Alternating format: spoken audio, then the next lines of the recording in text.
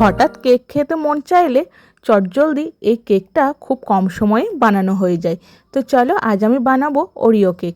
তার জন্য আমি নিয়ে নিয়েছি 3 প্যাকেট ওরিও বিস্কিট, একটা ডেয়ারি মিল্ক, 1 কাপ দুধ, বেকিং পাউডার, আমি এখানে বেকিং সোডা ইউজ করব না, আর দিয়েছি আমুল বাটার, আর দিয়েছি চিনি। তো চলো বাচ্চাদের ভীষণ প্রিয় এই ওরিও কেক তো কিভাবে বানাচ্ছি একটু দেখে নাও। সবার ফার্স্টে আমি নিয়ে নিয়েছি একটা মিক্সি জার, তার মধ্যে আমি এই 3 প্যাকেট ওরিও বিস্কিট দিয়ে দেব।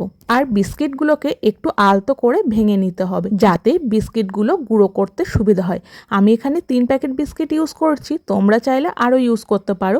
আমার এই মিক্সি জারের মধ্যে আমি দেখলাম 3 প্যাকেটই ধরবে, সেই জন্য আমি 3 প্যাকেট ইউজ করলাম। তোমরা চাইলে আরও বেশি করে ইউজ করতে পারো। আচ্ছা, আমি আগেই বলে দিই এই ওরিও বিস্কিট বানাতে গেলে ডিম ইউজ করা হয়, বাট আমি এখানে ডিম ইউজ করব না। এই ওরিও কেক বাচ্চাদের যেমন প্রিয় তেমনি বড়দেরও কিন্তু ভীষণ প্রিয়। একবার বানিয়ে দেখবে ভীষণ ভালো হয়। ডেলি যেরকম কেক খাওয়া হয়, মানে অন্যান্য টাইমে যেরকম কেক খাওয়া হয় তার থেকে একটু ডিফারেন্ট এই কেকটা, একটু ডিফারেন্ট টেস্ট তো আছেই। তো যাই হোক, ওরিও কেকটা আমি বলবো তোমরা একবার হলেও বাড়িতে বানিও। যাই হোক, আমার এদিকে ওরিও কেকটা গুঁড়ো করার জন্য একটু চিনি দিয়ে দেবো।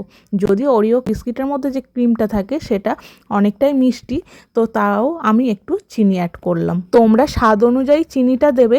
যারা মিষ্টি খেতে পছন্দ করো না তারা চিনিটা অ্যাভয়েড করতে পারো। আমরা যেহেতু একটু মিষ্টি বেশি খাই সেই জন্য চিনিটা আমি এক্সট্রা অ্যাড করেছি। এরপর দিয়ে দেব বেকিং পাউডার। এখানে বেকিং সোডা ইউজ করার কোনো দরকার নেই, একটু বেকিং পাউডার দিলেই হবে। এরপর ভালোভাবে মিক্স করে তারপর একটু একটু করে দুধ ঢালতে হবে। ব্যাটারটা যেন খুব একটা পাতলা না হয়ে যায় সেদিকে খেয়াল রাখতে হবে। তো আমি একটু একটু করে দুধ মেশাতে থাকবো আর এটাকে কন্টিনিউ নাড়তে থাকবো। তারপর দিয়ে দেব বাটার। মেল্টেড বাটার হলে ভালো হতো, বাট আমার মেল্ট করার আর সময় ছিল না, যেহেতু একটু তাড়াহুড়োই করছিলাম। যাই হোক, আমি এখানে দিয়ে দিলাম 2 চামচ মতো বাটার। তারপর আমি এটা কন্টিনিউ নাড়তে থাকলাম। এটাকে খুব ভালোভাবে নাড়তে হবে। আর টেক্সচারটা দেখো ঠিক এরকম হবে, খুব একটা ঘনও হবে না, খুব একটা পাতলাও হবে না।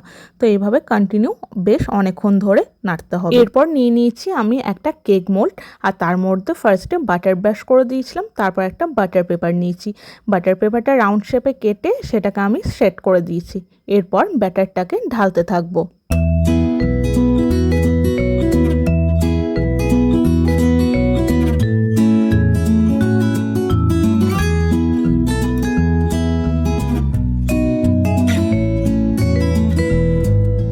এবার ওভেনটাকে প্রিহিট করে আমি 180 ডিগ্রিতে ওই 30 মিনিট মতো দিয়েছিলাম।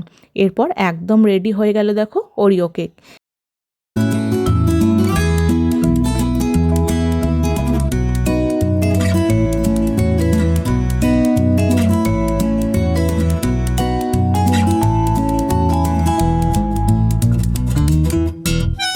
এখন আমি ডবল বয়লার পদ্ধতিতে একটু চকলেট মেল্ট করে নেব।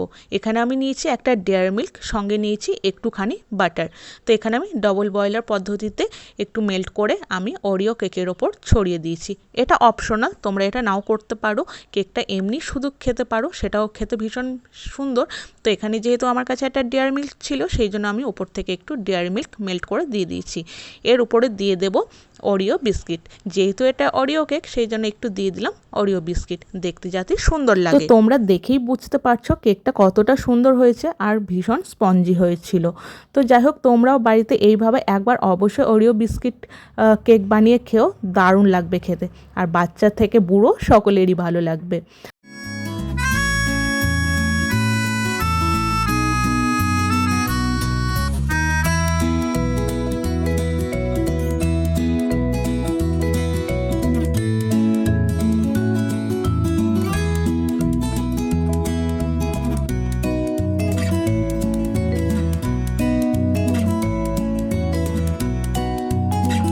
তো আজকের ভিডিওটা তোমাদের কেমন লাগলো অবশ্যই জানিও। ভালো লাগলে চ্যানেলটাকে সাবস্ক্রাইব করে দিও, আর ফেসবুক থেকে দেখে থাকলে অবশ্যই পেজটাকে ফলো করে দিও। তো আজকের জন্য টাটা।